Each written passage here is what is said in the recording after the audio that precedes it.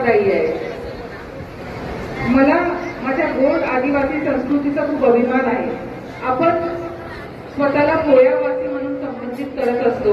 त्याचा अर्थच म्हणजे आपण धरतीताईच्या कोक म्हणून जन्मलेले कोयावासी आहोत.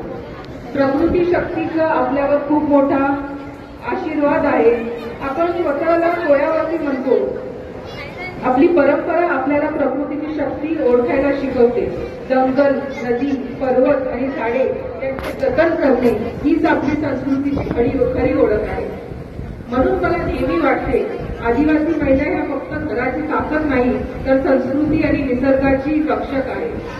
आजच्या महिला दिनानिमित्त मी सर्व भगिनींना एकच संदेश देऊ इच्छिते. शिक्षण घ्या, आपले हक्क जाणून घ्या आणि अन्यायाविरुद्ध निडरपणे आवाज उठवा. कारण जेव्हा एक महिला सक्षम होते तेव्हा एक कुटुंब सक्षम होते आणि एक समाज सक्षम होते आणि अख्खा देश सक्षम होते. स्त्री ही दुर्बल नाही तर स्त्री ही शक्ती आहे. स्त्री ही सृजनाची शक्ती आहे. माझ्या आयुष्यात मला एका दुर्गेचा आशीर्वाद लाभला आहे. ती म्हणजे माझी आई.